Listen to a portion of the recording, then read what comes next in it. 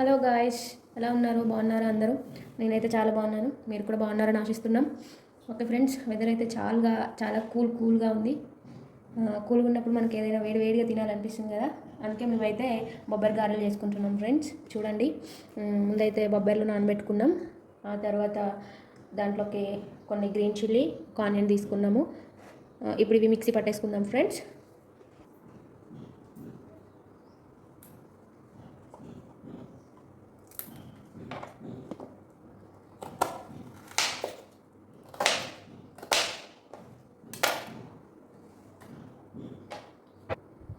ఇలా green chilli, onions వేసుకున్నాక మరీ మెత్తగా పట్టుకోవద్దండి. కొంచెం బబ్బల్గా ఉన్నట్టుగా పట్టుకోవాలి. అలా పట్టుకుంటే మనం గారెలు చేసేటప్పుడు తినేటప్పుడు చాలా క్రిస్పీగా, చాలా టేస్టీగా ఉంటాయి. ఓకేనా ఫ్రెండ్స్, ఇప్పుడైతే మనం మిక్సీ పట్టుకుందాం. చూసారా ఫ్రెండ్స్, ఈ విధంగా మనం మిక్సీ పట్టుకోవాలి. ఓకే ఫ్రెండ్స్, మిగతాయి కూడా మనం ఇదే విధంగా మిక్సీ పట్టేసుకుందాం.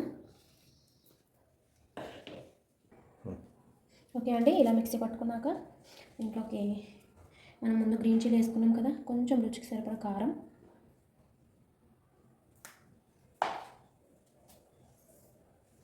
రుచికి సరిపడా ఉప్పు,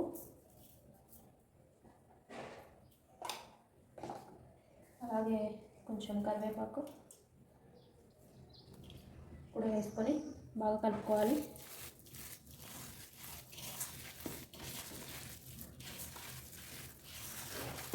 అలాగే ఫ్రెండ్స్, మిక్సీ పట్టేటప్పుడు ఖచ్చితంగా కొంచెం అల్లం ముక్కలు వేసుకోవడం మర్చిపోకండి. నేను చెప్పడం మర్చిపోయాను మీతోని.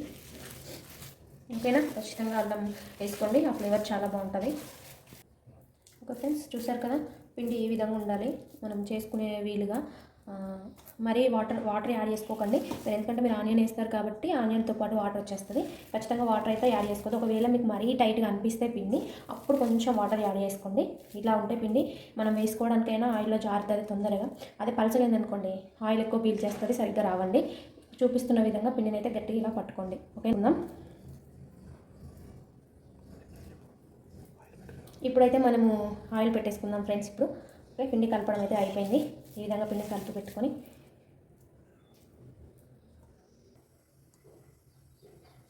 ఓకే అండి, ఆయిల్ వేసుకుందాం.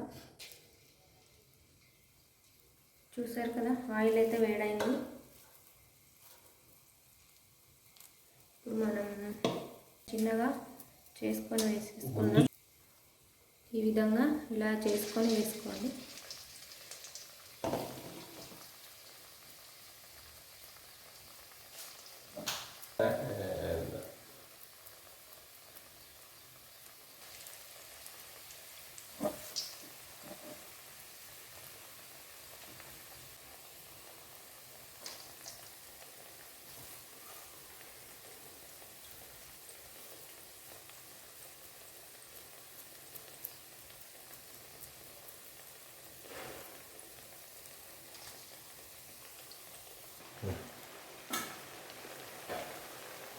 ఓకేనా ఫ్రెండ్స్, ఇలా గోల్డ్ కలర్ వచ్చాక ఫ్రై చేసుకున్నాక మనం గిన్నెలో ఒకసారి చేసేసుకొని,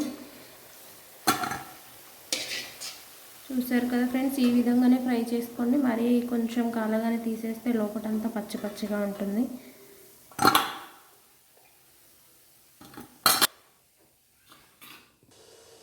చూసారు కదా ఫ్రెండ్స్, ఈ విధంగా కట్ చేసి పెట్టుకున్నాం. మేమైతే ఆనియన్స్, లెమన్ అండ్ డెకరేషన్ అలా కరివేపాకుతో అలా చేసాము.